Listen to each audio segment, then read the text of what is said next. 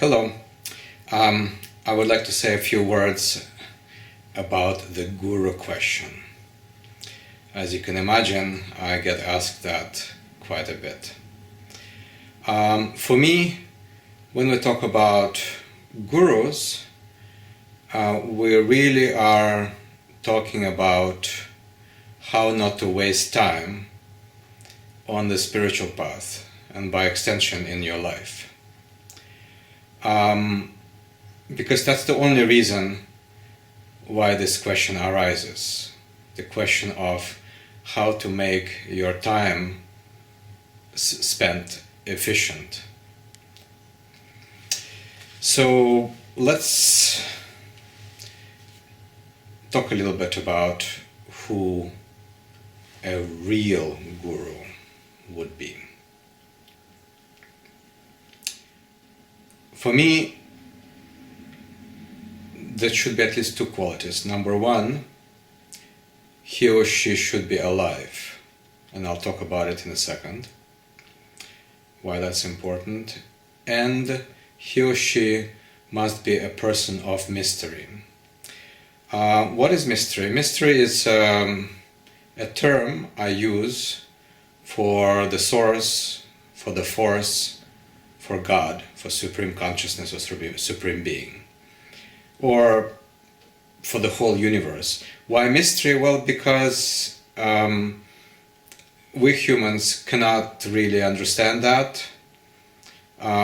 We can aspire to have some feeling, understanding, reach for that mystery, but it will always remain mystery to the human mind. So a person of mystery is someone who, for some reason, maybe grace, manifests that mystery through his or her person.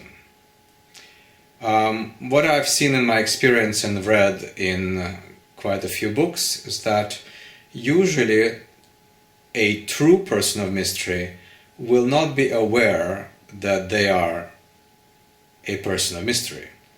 It might be a housewife at the last corner on my street, or it could be some janitor somewhere, or it could be, well, anyone can be that. And in fact, I think there is a Buddhist book called 64 Mahasiddhas, and there was a cobbler, a hunter, just different professions, and they were all so-called realized Buddhas, which is a Buddhist code word for the person of mystery, a person of mystery. So that's one important characteristic. By the way, not every person of mystery is or wants to be a guru, but every guru, in my opinion, has to be that. And one other thing about this is that anytime someone proclaims that they are a guru, almost certainly it means that they're not person of mystery. It almost certainly means that they're deluding themselves. Also, this person needs to be alive. And that has to do with the following. As a student, when you approach a guru, or rather when you approach spiritual path, one of the first things you become aware of is that your mind, ego, personality, your ego primarily, they are tricky, and they are very capable of creating a lot of problems in your life. And on a spiritual path, they can masquerade, they can pretend that you are actually following somewhere, you're going somewhere, but actually in reality you are not going.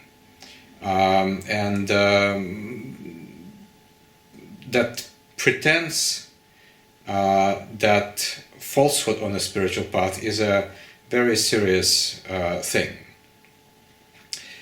And this is where I have a problem with any kind of scripture, is that when you have a testimony, a testament, a record of some guru, teacher, prophet saying certain things, necessarily those sayings, those instructions, those teachings will get filtered through your ego and through the egos of priests, pastors, etc., who are just regular human beings, and they will be teaching their interpretation rather than you receiving direct teachings, preferably non-verbally, through the medium of that person of mystery who decided or was placed in a position of being a guru.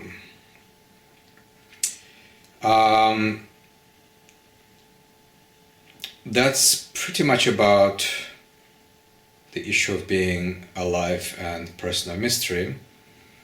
So, a couple more questions, a couple more issues that I would like to cover in this video.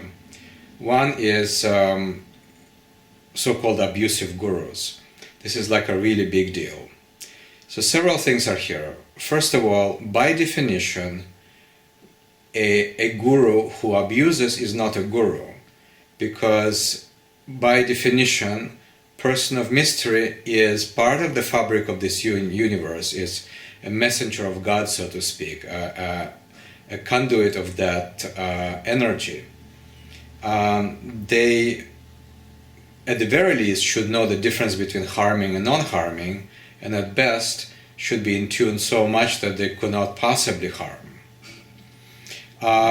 However, if you as a student come not ready, wanting a parent, or wanting a psychologist, or wanting someone who would love you in an ordinary way, then you expose yourself to those people who will manipulate you. You will attract someone who will name himself or herself a guru, but in reality just wants to get money from you or have power over you or use you for something or another. A real guru will necessarily be interested only in you becoming free. And that's the whole point of having a spiritual path. It's a path to ultimate freedom. So the idea that someone is going to restrict your freedom on the path is absurd. And what we see a lot is that so-called gurus, self-proclaimed gurus, or when someone who is not a guru proclaims them to be a guru, these people, what they many times do is they try to restrict your freedom because they have an ulterior motive, which is usually money or power, because power is money and money is power. Like that. So there's another side to it which I find to be very strange, especially in the West. Someone comes to one of those so-called gurus, and that person abuses them, forces them in a unnatural relationship for them, or gets money from them, or whatever. Well, basically does things that are pretty darn obvious, qualify for abusive behavior. Why these people are not capable of seeing that? There is some weird codependence, attachment to such people that I really don't completely understand. Generally, one way to figure out whether you're ready for, for like really going on a spiritual path or not, is, do you understand the difference between ego independence and spiritual independence? Are you really interested to become free, or do you want to get attached to something because you fear something? Usually when you see people becoming really sentimental about the spiritual religious tradition, or really talking about their so-called guru at the cost of other teachers, that is a telltale sign that there is something going on that is not really spiritual. And we see this all the time. I used to go to a spiritual group years ago, and constantly these people were trying to convert me to become disciple of their guru, which was ridiculous when I already told them that I was not interested in that. So they were not really respectful of my wishes. They would constantly say that their guru was better guru than any other guru, which is absurd. I think this is good enough for now. Please do subscribe to my channel. Do like this video. Thank you very much, and have a good one.